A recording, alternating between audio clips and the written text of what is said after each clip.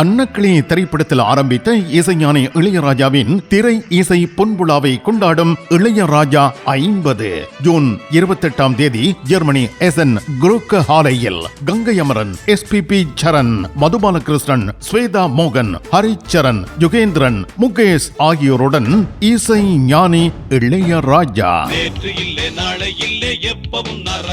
எப்படி இருக்கணும்னா பாட்டு இந்த மாதிரி இருக்கணும்.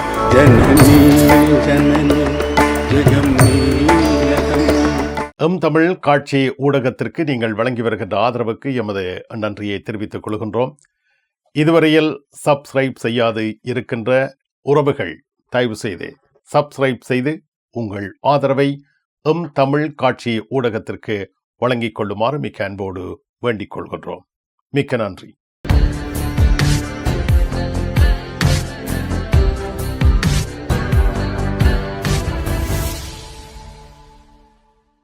ஜெர்மனி செய்திகள். ஜெர்மனி நாட்டில் இருந்து வேலும் மயிலும் ராமகிருஷ்ணன் அவர்கள். எந்த உறவுகளை வணக்கம். ஜெர்மனி நாட்டின் தற்போதைய அதிபர் மக்கள் செல்வாக்கை இழந்து வருகின்றார்.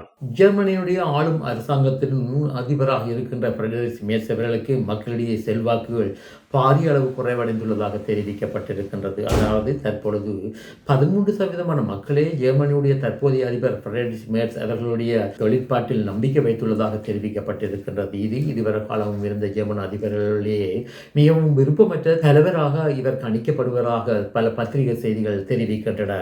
இவரே வேளையில் இவரது தொழிற்பாட்டில் 16% மக்கள் நம்பிக்கை வைத்துள்ளதாகவும் தெரிவிக்கப்பட்டிருக்கின்றது. தற்பொழுது தேர்தல் ஒன்று நடைபெறுமாக இருந்தால் AFD என்று சொல்லப்படுகின்ற அதிதீவிர வலதுசாரி கட்சிக்கு 27% மக்களும், யூனியன் என்று சொல்லப்படுகின்ற தற்போதைய ஆளுங்கூட்டு கட்சியின் CDU கட்சிக்கு 24% மக்களும், SPD என்று சொல்லப்படுகின்ற சமூக ஜனநாயக கட்சிக்கு 12% மக்களும், பசுமை கட்சிக்கு 15% மக்களும், இடதுசாரி கட்சிக்கு 10% மக்களும் வாக்களிக்கக்கூடிய சூழ்நிலை உள்ளதாக தெரிவிக்கப்பட்டிருக்கின்றது. பல கிழக்கு மாநிலங்களில் வெகு விரைவில் தேர்தல் நடைபெற உள்ள நிலையில் இந்த மாநிலங்களை AFD கட்சியானது கைப்பற்றக்கூடிய அபாயம் உள்ளதாகவும் சுட்டிக்காட்டப்பட்டிருக்கின்றது.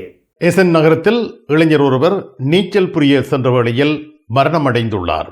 ஜெர்மனியின் எசன் நகரத்தில் 14 வயதுடைய இளைஞன் நீச்சல் தடாகத்திற்கு நீந்த செல்ல பொழுது இவர் இறந்துள்ளதாக தெரிவிக்கப்பட்டிருக்கின்றது. எசன் நகரத்தில் ஸ்டீல் என்ற பிரதேசத்தில் அமைந்துள்ள பாலத்தில் நீந்துவதற்கு குதித்ததாகவும் இதன் பின்னர் இவர் இறந்துள்ளதாக தெரிவிக்கப்பட்டிருக்கின்றது. இவ்வாறு இந்த இளைஞனானவன் நீந்த சென்றதை அவதானித்தவர்கள் பின்னர் இவர் திரும்பி வரவில்லை என்று காரணத்தினால் அச்சமடைந்து போலீசாருக்கு தகவல் வழங்கியதாகவும் இதன் அடிப்படையில் போலீசார் மற்றும் உடனடி உதவி வழங்கல் அமைப்புகள் ஸ்தலத்துக்கு விரைந்ததாக தெரிவிக்கப்பட்டிருக்கின்றது. இதேவேளை பின்னர் சுழியோடிகள் ஆற்றில் சுழியேடி பின்னர் இறந்த நிலையில் இந்த உடலை கண்டுபிடித்ததாக தெரிவிக்கப்பட்டிருக்கின்றது. வைத்தியசாலைக்கு எடுத்துச் செல்லப்பட்டதாகவும் வைத்தியசாலையில் இவர் இறந்து விட்டார் என்று உறுதிப்படுத்தப்பட்டதாகவும் செய்திகளில் தெரிவிக்கப்பட்டிருக்கின்றது. இதே போன்று சுல்டோஃப் நகரத்தில் பாரிய டிராம் விபத்தொன்று ஏற்பட்டதாக தெரிவிக்கப்பட்டிருக்கின்றது. 2 டிராம்கள், அதாவது தொடர்ந்து உள்ளூர் தொடர்ந்தில் ஈடுபட்டிருக்கின்ற இந்த வாகனங்கள் மோதலில் ஈடுபட்டதாகவும் இதன் பொழுது 27 பேர் காயமடைந்ததாகவும் தெரிவிக்கப்பட்டிருக்கின்றது. இது சம்பந்தமான மேலதிக விசாரணைகளை போலீசார் மேற்கொண்டு வருவதாக தெரிவிக்கப்பட்டிருக்கின்றது. டோட்முண்டில் ராஜமுத்திரை SK சில்க்ஸ் பாரடைஸ். உங்களுக்கு பிடித்தமான ஆடைகள் அனைத்தும் மாபெரும் மலிவு விற்பனை. ஒவ்வொரு சனிக்கிழமையும் அதிவிசேட மலிவு விற்பனை. விஜயம் செய்யுங்கள் SK silks Paradise Dortmund. Germany நாட்டில் வாகனம் செலுத்தும் சாரதி அனுமதி பத்திரம் பெறுவது தொடர்பாக புதிய சட்ட விதிமுறைகள் நடைமுறைக்கு வருகின்றன. ஜெர்மனியின் அரசாங்கமானது வாகன சாரதி அனுமதி பத்திரத்தை பெறுகின்ற சீர்திருத்த சட்டம் ஒன்றை பாராளுமன்றத்தில் இயற்றியிருக்கின்றது. அதாவது தற்பொழுது ஒருவர் தமது வாகன சாரதி அனுமதி பத்திரத்தை பெறுவதற்கு 3400 யூரோக்களுக்கு மேல் வழங்க வேண்டிய காரணத்தினால் பலருக்கு இது ஒரு பாரிய சுமையாக இருந்து வருகின்றது. இந்த சுமையிலிருந்து இவர்களை விடுவிப்பதற்காக தற்பொழுது புதிய சட்டம் ஒன்று பாராளுமன்றத்தில் இயற்றப்பட்டு இது 2027ஆம் ஆண்டு நடைமுறைக்கு வரும் என்று எதிர்பார்க்கப்படுகின்றது. புதிய சட்டத்தின் அடிப்படையில் அவுட்டோபான் என்று சொல்லப்படுகின்ற அதிவேக போக்குவரத்து பாதையில் ஓடுகின்றவர்கள் 12 மணித்தால் மட்டுமே ஓட வேண்டும் என்றும், இதே வேளையில் தற்பொழுது வாகன சாரதி அனுமதி பத்திரத்தை பெறுவதற்குரிய எழுத்து மூலமான பரீட்சைக்குரிய கேள்விகள் 1169 உள்ளதாகவும் எதிர்வரும் காலங்களில் இந்த வாகன சாரதி அனுமதி பத்திரத்தின் எழுத்து மூலமான கேள்விகளுடைய எண்ணிக்கை 840 இருக்கும் என்றும் எதிர்பார்க்கப்படுகின்றது. மேலும் பெக்லாட்டெட் பாட்டு சொல்லப்படுகின்ற ஒரு புதிதாக வாகன சாரதி அனுமதி பத்திரத்தை பெற முயற்சிக்கின்ற இளைஞர் என்ற யுவதி தனது குடும்ப உறுப்பினர்கள் 18 வயதாக மேற்பட்ட நிலையில் இருக்கும் பொழுது அவர்களுக்கு வாகன சாரதி அனுமதி பத்திரம் இருக்கும் பொழுது அவர்களுடன் வாகனத்தை ஓட்டி பழக்கக்கூடிய வகையிலும் புதிய சட்டத்தில் இடம் அளிக்கப்பட்டுள்ளதாக தெரிவிக்கப்பட்டிருக்கின்றது. இதே வேளையில் இவ்வாறு வாகன சாரதி அனுமதி பத்திரத்தை பெறப்போகின்ற நபரானவர் மற்ற நபருடன் வாகனத்தை ஓட்டி பழகும் பொழுது இந்த நபரானவர் ஆக குறைந்தது 7 வருடங்களாக தனது வாகன சாரதி அனுமதி பத்திரத்தை வைத்திருத்தல் வேண்டும் என்றும், இதே வேளையில் பிளான்ஸ்பர்க் என்று சொல்லப்படுகின்ற இடத்தில் இவர்கள் முறைகேடான முறையில் வாகன சாரத்தை ஓட்டி இவர்களுடைய புள்ளிகள் இவர்களுக்கு அதிகுறைந்த 1 புள்ளி மட்டும் பதிவில் இருந்தால் மட்டுமே இவர்கள் இவ்வாறு மற்றவர்களுக்கு வாகனத்தை ஓடுவது பற்றிய கற்கையை சொல்லிக் கொடுக்கலாம் என்றும் தெரிய வந்திருக்கின்றது. இதன் மூலம் அரசாங்கமானது கூடுதலான அளவு வாகன சாரதி அனுமதி பத்திரத்துக்கு செலவழிக்கின்ற பணத்தை குறைப்பதற்கு முயற்சி செய்வதாக தெரிவிக்கப்படுகின்றது. இதே வேளையில் பல வாகன சாரதி அனுமதி பத்திரத்தை பயிற்சி செய்கின்ற பாடசாலைகள் இது சம்பந்தமாக தமது அச்சத்தை வெளியிட்டிருக்கின்றன. குறைந்த அளவு இவ்வாறு வாகன சாரதி அனுமதி பத்திரத்தை பெறுவதற்குரிய ஓட்டங்களை மேற்கொள்ளும் பொழுது வாகன விபத்துக்கள் கூடுதலாக அதிகரிக்கக்கூடிய வாய்ப்பு இருப்பதாகவும், மேலும் வாகன சாரதி அனுமதி பத்திரத்தை பயிற்சி அளிக்கின்ற பாடசாலைக்கு நேரடியாக செல்லாது இணைய வழி மூலமாக எழுத்து மூலமான பரீட்சைக்கு தயார் செய்வது மற்றும் சிமுலேஷன் என்று சொல்லப்படுகின்ற கணனி மூலமான பயிற்சி நிறைகளை மேற்கொள்ளுகின்றது இவர்களுக்கு மிகவும் பாரதூரமான விளைவுகளை ஏற்படுத்தலாம் என்றும் இந்த அமைப்புகள் சுட்டிக்காட்டியிருக்கின்றன.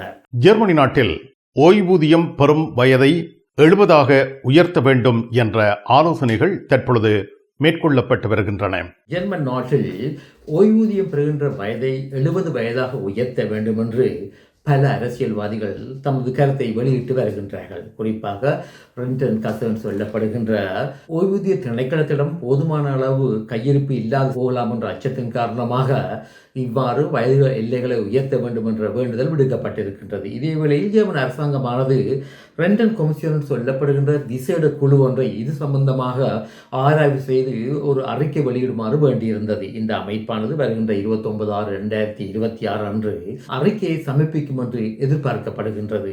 இதே வரையில் இந்த அரசாங்கத்தினுடைய இந்த செயற்பாட்டிற்கும் மற்றும் இந்த நியமிக்கப்பட்ட குழுவுடைய செயற்பாட்டுக்கும் எதிராக பல இடதுசாரி கட்சிகள் தமது எதிர்ப்பை வெளியிட்டு வருகின்றன. இதே வேளையில் தொழிற்சங்கங்கள் கூட தற்பொழுது கூட 65 வயதில் கூட ஒருவரால் தொடர்ந்து வேலை செய்ய முடியாத உடல்நிலையில் உள்ள நிலையில் அரசாங்கமானது இவ்வையான ஒரு திட்டத்தை முன்வைப்பது முறைகேடான செயற்பாடு என்று சில கட்சிகள் விமர்சனத்தை வெளியிட்டிருக்கின்றன. இது எவ்வாறாக இருந்தாலும் தற்பொழுது ஒருவர் வேலை செய்கின்ற காலத்தை விட அவர் மீண்டும் ஓய்வூதியம் சென்ற பிற்பாடு அரசாங்கத்திடமிருந்து ஓய்வூதியம் பெறுகின்ற காலம் அதிகமாக உள்ள காரணத்தினால் எதிர்வரும் காலங்களில் ஓய்வூதிய திணைக்களத்திடம் போதுமான அளவு கையிருப்பு இல்லாமல் போகலாம் என்ற காரணத்தினால் இவ்வகையான நடவடிக்கை எடுக்க உத்தேசிக்கப்பட்டுள்ளதாக தெரிவிக்கப்பட்டிருக்கின்றது. தற்பொழுது 65 வயதாக இருந்த ஓய்வூதியம் எடுக்கின்ற வயதானது 66 வயதாக உயர்த்தப்பட்டு 67 வயதாக உயர்த்தப்படும் என்றும் தெரிவிக்கப்பட்டிருக்கின்றது. இதே வேளையில் தற்பொழுது சுகாதார கட்டமைப்புகள் மிகவும் மேம்பட்ட நிலையில் இருக்கின்ற காரணத்தினால்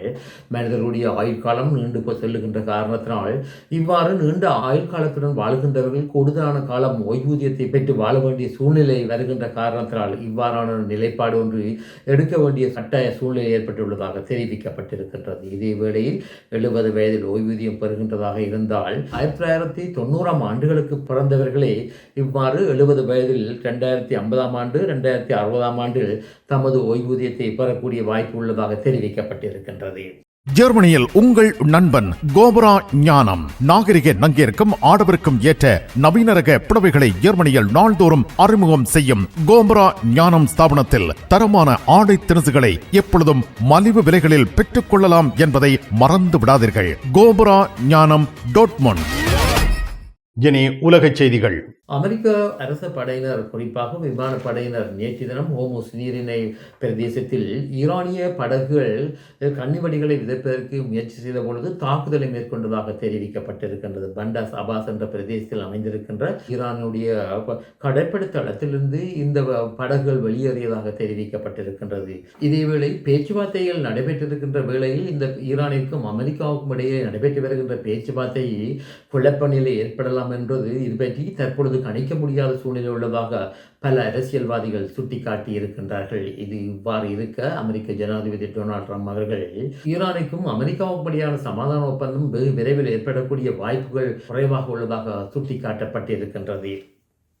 அமெரிக்காவானது கியூபாவின் மீது தனது அழுத்தத்தை மேலும் இறுக்கி வருவதாக தெரிவிக்கப்பட்டிருக்கின்றது. அதாவது அமெரிக்காவினுடைய செயற்பாட்டின் பிரகாரம் கியூபாவுடைய முன்னாள் தலைவரான ராவுல் காஸ்ட்ரோ அவர்களுக்கு எதிராக வழக்கு தாக்கல் செய்யப்பட்ட நிலையில் அமெரிக்காவின் தாக்குதல் ஏற்படலாம் என்ற அச்சத்தின் காரணமாக சீனா மற்றும் ரஷ்யாவானது தமது பாரிய ஒத்துழைப்புகளை கியூபாவுக்கு வழங்கி வருவதாக தெரிவிக்கப்பட்டிருக்கின்றது. இது இவ்வாறு இருக்க ரஷ்யாவானது நாடுகளுக்கு அச்சுறுத்தல் விளைவிக்கக்கூடிய விலையில் நிலத்தடி அணு ஆயுத ஏவுகணை தளங்களை நிறுவி வருவதாக நாட்டோ அமைப்பினர் சுட்டிக்காட்டி வருகின்றார்கள். அதாவது நாட்டோ அமைப்பு மற்றும் ஐரோப்பிய ஒன்றியமானது உக்ரைனுக்கு பாரிய அளவு ஆதரவுகளை வழங்கி வருகின்ற இந்த நிலைப்பாட்டில் ரஷ்யாவானது இவ்வாறான ஒரு புதிய நிலைப்பாடு ஒன்றை எடுத்துள்ளதாக தெரிவிக்கப்பட்டிருக்கின்றது.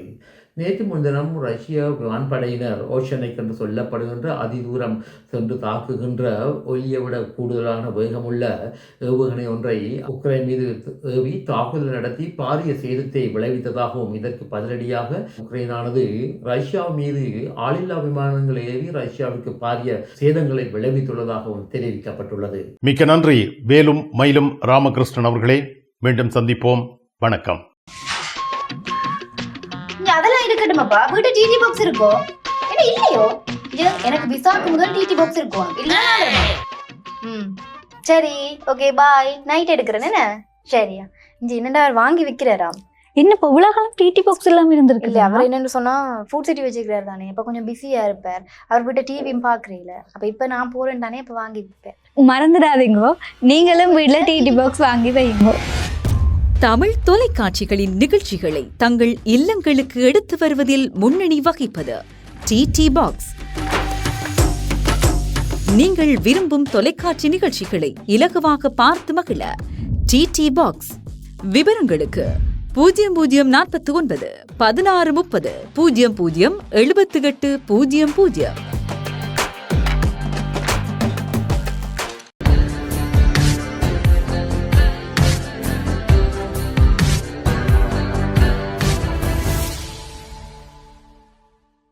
அன்னக்கிளி திரைப்படத்தில் ஆரம்பித்த இசைஞானி இளையராஜாவின் திரை இசை பொன்விழாவை கொண்டாடும் Ilaiyaraaja 50 June 28 Germany எசன் குரூக்க ஹாலையில் Ganga Amaran, SPP சரண், மதுபாலகிருஷ்ணன், ஸ்வேதா மோகன், ஹரிச்சரன், யுகேந்திரன், முகேஷ் ஆகியோருடன் இசை ஞானி இளையராஜா.